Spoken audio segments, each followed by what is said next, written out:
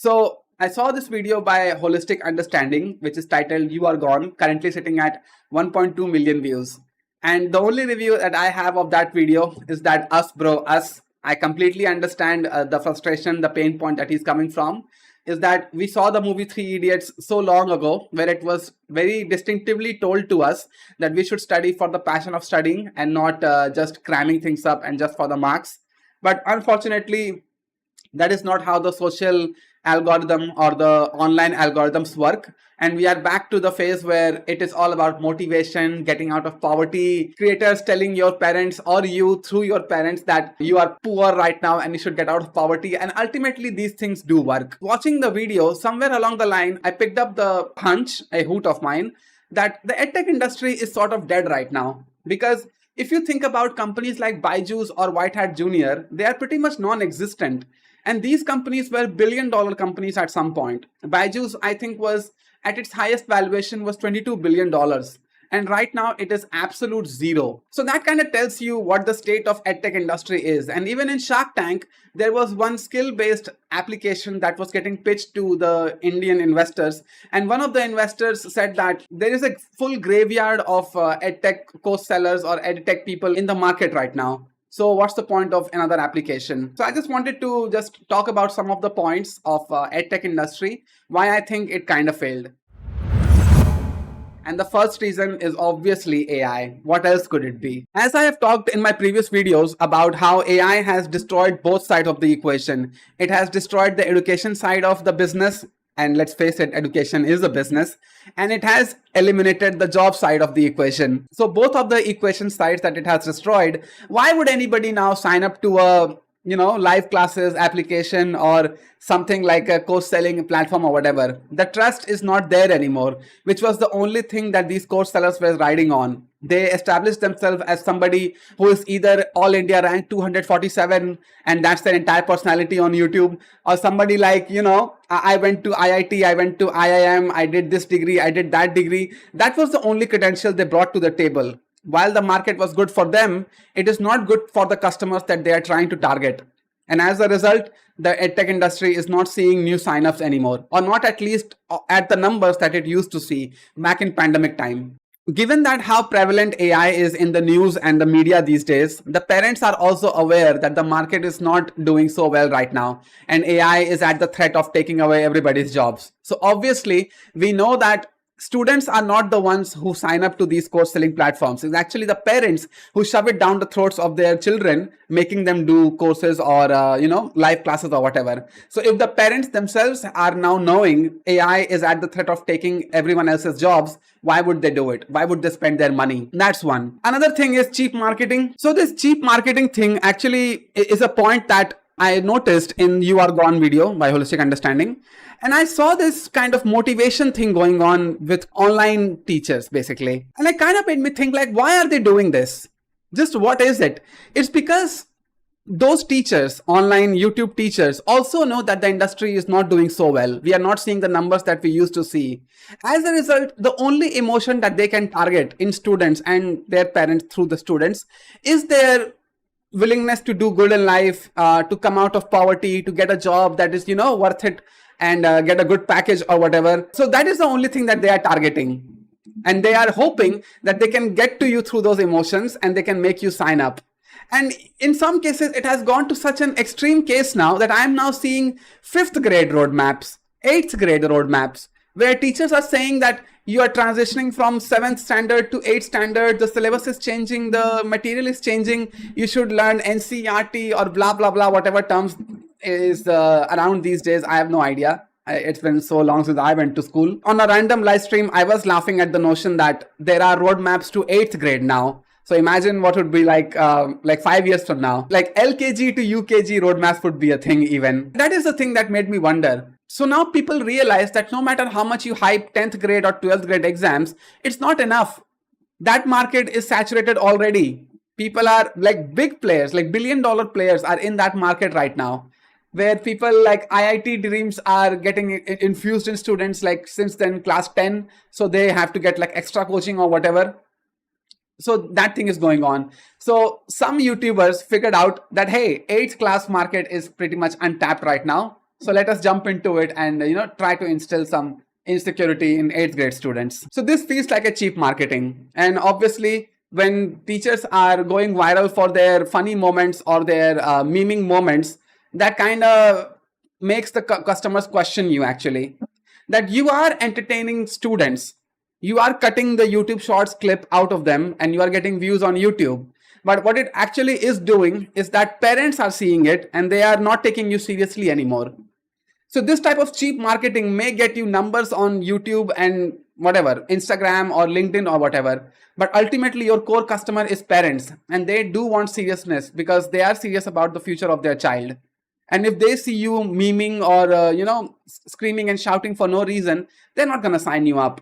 So this cheap marketing sort of is a short-term win for the online YouTube teachers. On the long term, it actually hurts them, and it hurts the whole industry, because then if one teacher is creating a memeable moment on internet, then the parent will think that all teachers are the same way, and they will go back to the offline teaching mode. So back in my day, the only good marketing for teachers used to be the word of mouth. You would ask your friends or whatever, ask your friends or teachers or your relatives who's a good teacher, and if you saw one teacher name getting spread around everywhere, you know that that teacher was good. But then it is the exact opposite on YouTube or LinkedIn, whatever, YouTube or Instagram or whatever. Because the more you see a particular teacher, the more you know that they're after the algorithm, not the intention of teaching students. Because teaching a student is a year-long process at least. At least it is a year-long process. But getting views on social media, that's a 2 days thing. There is a phrase, 20 minutes of fame. So you should focus on the 20 minutes part. You are watching some teacher going viral right now, but you're not going to see them 6 months from now. Then it will be replaced by someone else. This is a contradiction between education and social media, and basically EdTech, what we say. EdTech tried to, combine the powers of both the tech industry and the education industry, and it kind of created a contradiction in on itself, where they are not sure whether they want to work with 20 students and make them toppers and then walk away with little money, or they want to just create shorts content and they want to get views and they want to walk away with the most subscribers on their channel or followers on their page and the most number of money generated from social media. So it's a constant jumping back and forth between that. So on one side, you would see a creator who would be snatching students' mobile phones away and everything, acting like it's a discipline thing. But then on the other side, you would see that same teacher having fun with their students in the class, because out of nowhere they decided to turn the cameras on and started having fun. So it is a contradiction in on itself, like how Holistic Understanding pointed out. If you are into IIT, your entire feed is going to be filled with IIT great teachers. If you are into IIM, then yeah, MBA people would be flooding your algorithm. This scare and hype marketing actually has a reverse effect on students, where you can only scare them and hype students up until a certain point. At that point, the dopamine in their heads, it kind of reaches a maximum stage, and then you can't scare or hype them anymore. In fact, it kind of flips the script on them, like how we saw Holistic Understanding made the video. That does happen. Let's face it, me as a creator, right? I also want you guys to do well in life and work hard and blah and blah. But I also realized that if every live stream I sat down here and told you guys that, hey, you should be working hard or whatever, at some point you guys are going to be like, ugh, this Ankh, can he not just shut up and just get on with the day? I already am getting scared by my relatives, my teachers, my parents, my cousins, or whatever, my friends or something like that, or any other category of people that I missed out on. Why do I need another social media influencer telling me that I should do good in life? Is there a shortage of people telling me to do that? The scare and hype marketing can only continue on for so long, I feel like. That is one thing that kind of surprised me when I saw that in Holistic Understanding's video, is that if you are a topper, let's say that you are going to a coaching institute and you somehow got All India rank 1, then all the coaching institutes will run after you for marketing purposes, because that's how they see you. They want to associate your name to their business. And if you are a failure, if you didn't crack NEET or JEE or whatever exam that you are aspiring for, then you become a motivational peddler. Because now the same teachers who were hyping you before the exam can now take your collar and put you in front of the camera, and now they can say, to pointing to their next batch of students, that look at these guys. You have to be motivated, you have to be better, and you have to be, क्यों नहीं होगी पढ़ाई? क्यों नहीं निकलेगा exam? Why won't you be able to crack that exam? These guys, they have failed this year, but they will surpass everyone else the next year. So no matter where you stand, you are a product for the business. Doesn't matter what position you hold. I noticed it in the video and I was like blown away by this. Like, this is how holistic the whole business is. No matter who you are, they can use you for their marketing.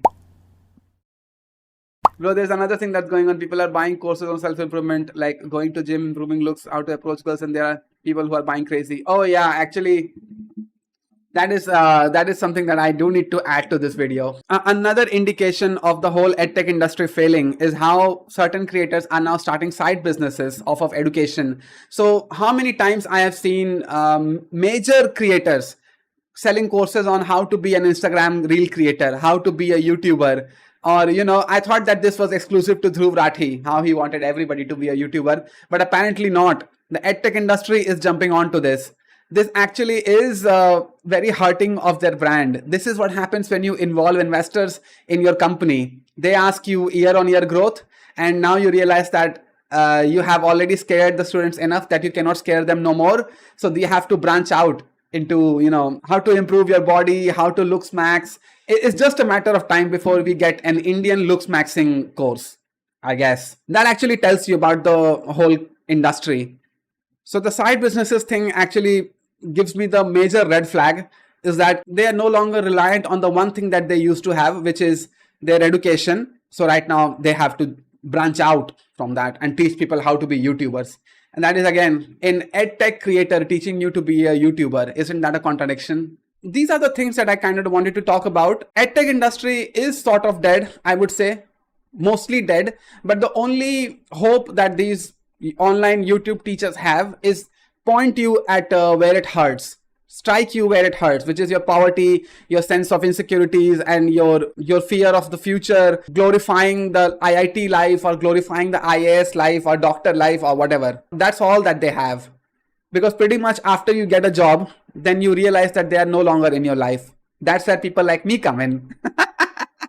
So share the video, subscribe to the channel if you haven't already, and I'll see you in the next one. Thank you.